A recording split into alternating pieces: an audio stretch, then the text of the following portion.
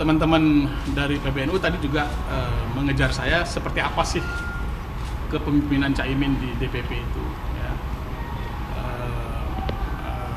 Apa namanya, tata kelola partai itu seperti apa sih? Ya, saya jujur aja katakan, bahwa hal yang paling substansial di internal PKB itu adalah tata kelola keuangan yang tidak transparan dan tidak akuntabel.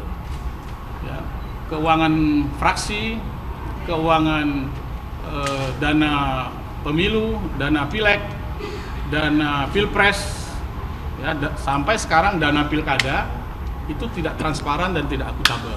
Ya, tidak pernah diaudit, tidak pernah dipertanggungjawabkan kepada konstituen, tidak pernah dipertanggungjawabkan kepada forum-forum pertanggungjawaban seperti muktamar atau rapat-rapat dan lain sebagainya.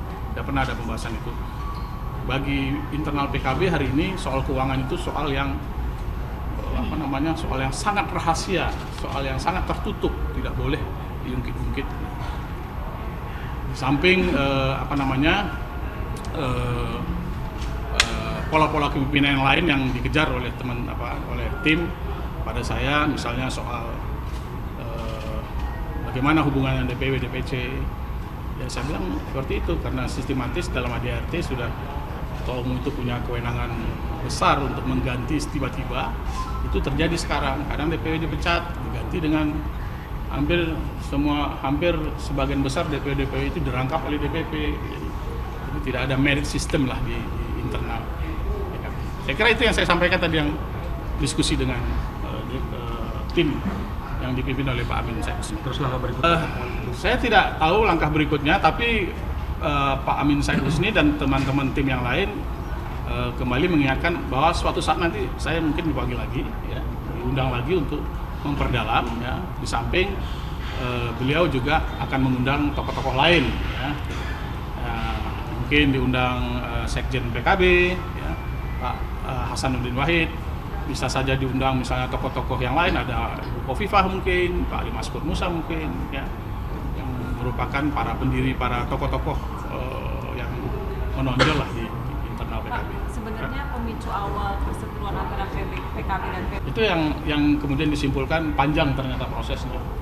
Ya, kalau tadi yang disimpulkan oleh tim lebih kepada memang Caimin sistematis ingin menghapus peran Dewan Suro, kemudian berakhir nanti peran NU. Jadi Caimin ingin menjadikan PKB itu tersentralistik pada dirinya. Kan sejak Gus Yahya Kopil di pertama kan kayaknya nggak pernah ketemu ya Gus Yahya sama Caimin. Itu setelah ini ada rekomendasi untuk misalnya rencana pertemuan lah antara Gus Yahya sama Caimin. Oh, saya nggak sampai ke sana ya. Itu dari tim kewenangan PBNU lah itu ya. Tapi ada upaya islah gitu nggak Pak dari PKB antara sebelum menjauh?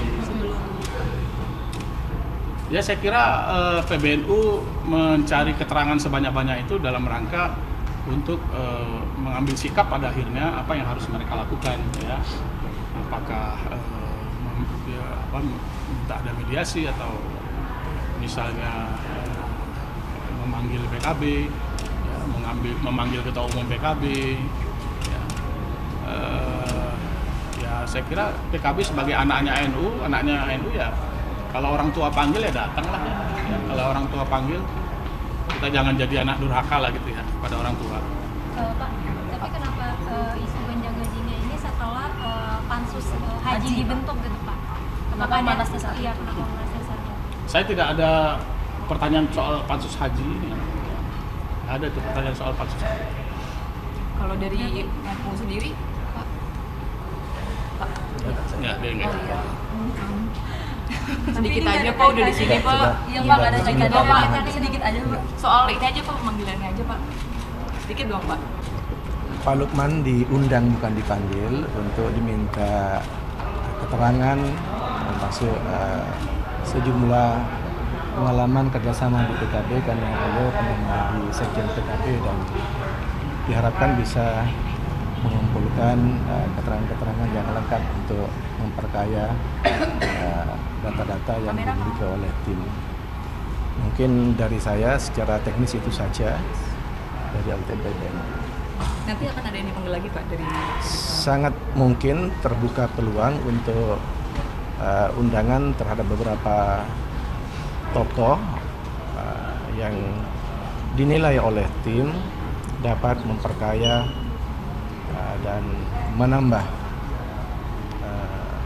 keterangan-keterangan dan bukti untuk mencari jalan keluar dari persoalan yang dihadapi oleh Rencananya undangannya kapan? Iya Pak, rencana selanjutnya kapan? itu sangat teknis, mungkin nanti kita akan ada update dari pihak tim untuk menyampaikan kapan kira-kira dijadwalkan kembali pemanggilan, mohon maaf, undangan terhadap sejumlah nama-nama yang sudah mungkin ada dikantongi oleh tim. Tapi dari saya itu aja. Muncul wacana muktamar luar biasa. Dari saya itu saja, mohon maaf ya, tidak lebih dari itu. Jadi ngambil alih PKB nggak Pak? Iya Pak, Iya, Pak. jadi ngambil Nggak ada. dari PKB Menarik tuh, Pak. muktamar. Pak, kan isu Pak Lukman dari tahun berapa ke berapa jadi sekjen PKB? Oh ya, saya 7 tahun jadi sekjen PKB. 2005-2007, kemudian 2009 sampai 2014. Jadi sekjen terlama ya saya di PKB. Kalau yang lain ada yang 2 tahun setengah, ada yang 5 tahun. Saya 7 tahun mendampingi Caimin. Nah, 7 tahun itu bersama Caimin gimana nih Pak? Maksudnya apakah ada Pesan-pesannya, sikap Pak. otoriter? Ya, saya bisa memahami persoalan internal itu menurut saya secara komprehensif ya, termasuk kronologis perubahan sampai dengan sekarang, dan itu yang saya sampaikan tadi kepada PBN. Pak, kemarin kan Gus Jazil bilang antara PKB dan PBNU ini bukan PKB dengan PBNU, tapi dengan pimpinan PBNU sendiri, bukan terhadap lembaganya ini. Dari Bapak sebagai mantan sekjen PKB melihatnya gimana Pak? Apakah emang terhadap pimpinannya atau terhadap lembaga PBNU? Tadi saya masih ingatkan ya, dokumen-dokumennya saya serahkan kepada PBNU tentang sejarah PKB, ya, bagaimana PKB itu terbentuk oleh secara resmi oleh PBNU, kemudian bagaimana PKB itu keputusannya oleh PBNU itu adalah keputusan formal.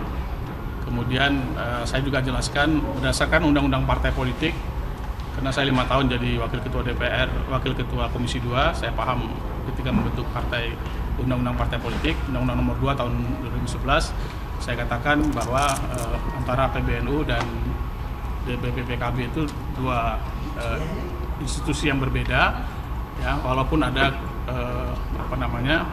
hubungan historis yang kuat gitu ya, sehingga kemudian yang bisa dilakukan oleh PBNU adalah memberikan dukungan moral sekuat-kuatnya ya kepada PKB itu untuk menjadi sebuah partai yang besar, partai yang dicintai oleh Nahdliyin, kira-kira seperti itu ya. Itu yang saya sampaikan tadi. Pas selama jadi sekjen kemarin, pas laporan keuangan di era Bapak itu terbuka nggak sih Pak? Kalau sekarang kan kata Bapak tertutup. Ya layaknya laporan keuangan itu dilaporkan di Muktamar, tapi di Muktamar Bali tidak ada forum yang pertanggungjawaban laporan keuangan. Kemudian dulu tidak seperti sekarang, resourcesnya itu gede banget ya. Dulu partai politik itu kan apa adanya, ya, sekarang resources itu banyak ya, besar, dan itu saya kira karena itu adalah milik publik ya harus dilaporkan juga kepada publik.